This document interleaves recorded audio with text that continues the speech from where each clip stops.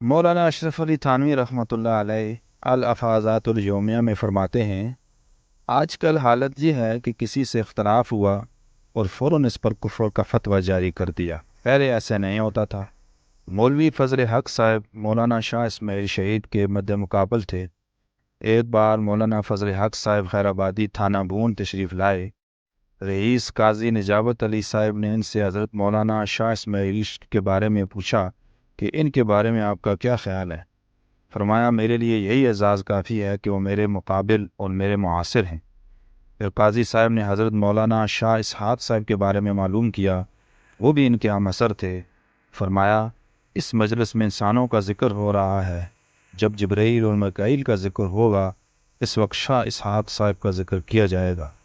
یعنی ان کے نزدیک ان کی حیثیت، ان کی شخصیت رشتوں جیسی تھی۔ مخالفوں کے ساتھ عقیدت اور محبت کی یہ حالت تھی کہ اختلاف کے ساتھ ساتھ مخالفوں کے کمالات بھی پیش نظر رکھے۔ ایک بار حضرت مولانا محمد قاسم نانوتوی دہلی تشریف لے گئے۔ مولانا احمد حسن امروہی اور امیر شاہ خان بھی ساتھ تھے۔ امیر شاہ خان نے سوتے وقت مولانا احمد حسن سے کہا کہ صبح برج والی مسجد میں نماز پڑھیں گے، سنا ہے وہاں کے امام قرآن اچھا پڑھتے ہیں۔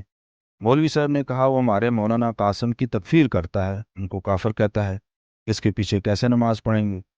حضرت مولانا محمد قاسم نانوتوی رحمۃ اللہ علیہ نے ان کی یہ بات سن لی تو فرمایا، احمد حسن، میں تو سمجھتا تھا کہ تم لکھ پڑھ گئے، مگر تم جاہل ہی رہے، دوسروں کو جاہل کہتے ہو۔ کیا قاسم کی تکفیر سے وہ امامت کے قابل نہ رہا؟ میں تو اس سے اس کی دینداری کا معتقد ہو گیا۔ اس نے میری کوئی ایسی بات سنی ہوگی جس کی وجہ سے وہ میری تکفیر واجب تھی۔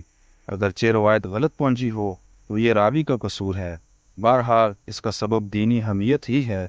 اب میں خود اس کے پیچھے نماز پڑھوں گا۔ غرض کہ مولانا نے صبح کی نماز ان کے پیچھے پڑھی۔